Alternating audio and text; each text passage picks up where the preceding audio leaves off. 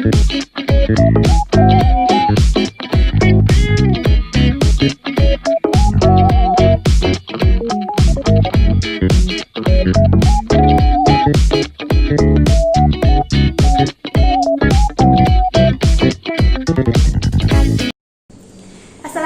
warahmatullahi wabarakatuh. Perkenalkan, nama saya Zulfi Ismatul Maula dan di samping saya ada Mbak Safira Malia Anggraini.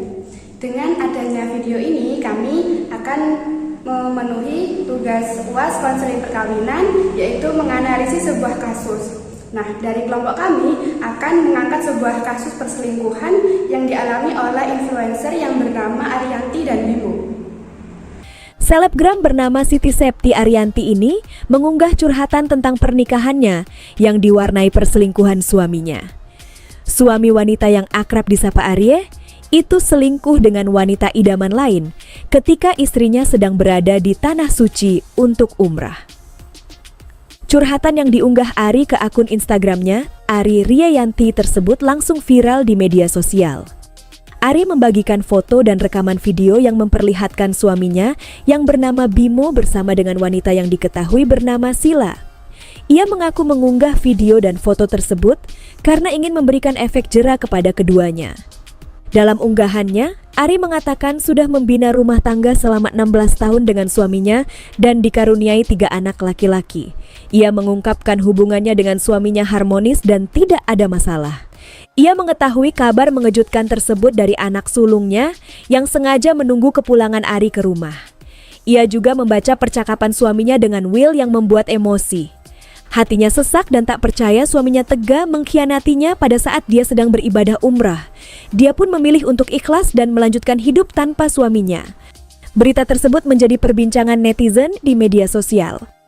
Di sini saya akan menjelaskan mengenai studi kasus perselingkuhan yang dialami oleh Ariyanti dan Bimo. Kasus perselingkuhan ini terjadi pada tanggal 18 Oktober 2024. Nah, kasus perselingkuhan ini terjadi yaitu pada saat Ariyanti sedang pergi umroh. Terus kemudian dengan Ariyanti pergi umroh ini malah dibuat kesempatan si Bimo untuk membawa selingkuhannya ke rumah. Ya karena mungkin situasi rumah sedang sepi, cuma ada Bimo dan anak-anaknya. Lalu kemudian si Bimo ini membawa selingkuhannya ke rumah. Terus kemudian kasus ini kepergok oleh anaknya, di mana anak pertamanya itu mengetahui sebuah kejadian perselingkuhan yang dialami oleh ayahnya sendiri. Karena si Bimo ini kayak nyeludupin si perempuan itu di kamarnya.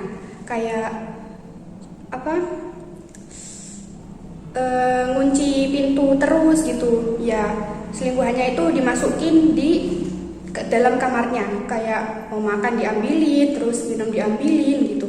Sampai akhirnya anak pertamanya itu mengetahui kasus perselingkuhan tersebut. Terus setelah anaknya mengetahui kasus perselingkuhan tersebut, gak langsung bilang ke ibunya, karena kan ibunya sedang pergi umroh ya, jadi takut mengganggu mungkin. Terus kemudian setelah Ariyanti pulang ke rumah, kemudian anak pertamanya itu baru menjelaskan apa yang sedang terjadi pada saat ibunya itu sedang pergi umroh, bahwa ayahnya itu sedang berselingkuh begini. Terus kemudian setelah dicek CCTV-nya, ternyata benar. Tidak hanya itu saja, bahkan si Bimo ini bersama selingkuhannya sampai membuat video mesum di kamar mereka. Nah, videonya itu diketahui langsung oleh si Ariyanti dan kemarin itu sempat disebarluaskan di sosial media, kayak di IG gitu.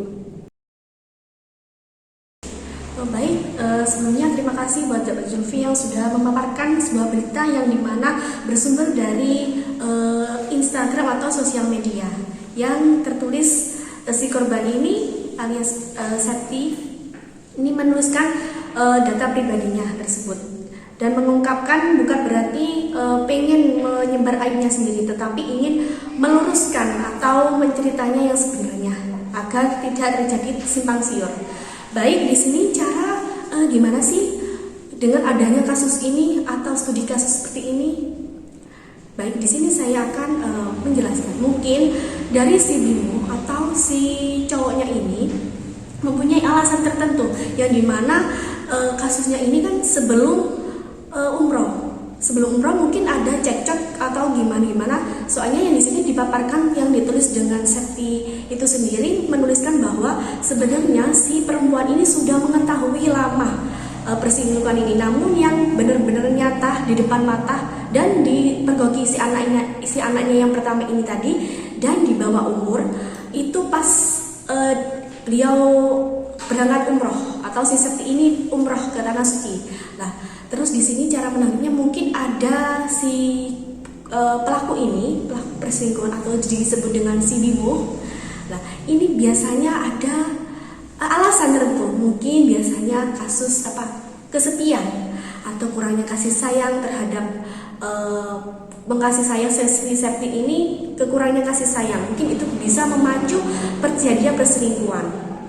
Dan apalagi cukup lama ya di umroh itu, di tanah suci itu cukup lama. Nah, mungkin terjadi kayak kurangnya perhatian, terus kesepian, apalagi terus tidak ada tukar pendapat, atau juga memang si Bimo ini kelebihan mempunyai yang kasus seksual seperti itu, kelebihan seksual, mungkin bisa terjadi yang seperti itu. Kita tidak bisa menginjas ibaratnya si Bimo ini salah, tidak bisa, karena perselingkuhan kami orang luar tuh cuma tahu yang sepihak saja, tetapi kasus perselingkuhan ini harus didengar dengan dua belah pihak, di mana si Bimo dan si Septi ini. Seperti itu. Jadi tidak boleh menjudge ini yang salah, ini yang salah. Kita harus mendengarkan kedua belah sisi. Jadi agar tidak kesalahpahaman di mana-mana. Mungkin itu cara menanggapi dari kami gimana sih kasus perselingkuhan yang dialami kasus Septi dan Bimo. Makasih. Jadi kesimpulan ataupun kesan yang bisa kami dapat dari kasus yang dialami oleh Ariyanti dan juga Bimo, yaitu dalam hubungan rumah tangga antara suami dan istri, yaitu harus menjaga komunikasi biar tidak ada miskomunikasi antara kedua belah pihak, dan juga kita harus menjaga kepercayaan dalam hubungan suami istri tersebut.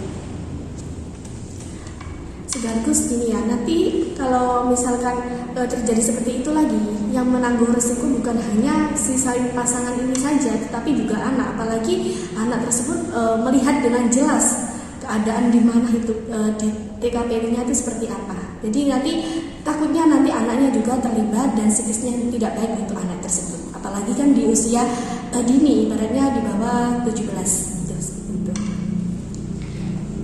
Jadi di sini kami tidak membenarkan bahwa kasus perselingkuhan itu benar ya. Jadi kasus perselingkuhan itu sebenarnya tidak baik, dan ya kalau bisa dicegah dan jangan sampai ada kasus perselingkuhan lagi ya ke depannya.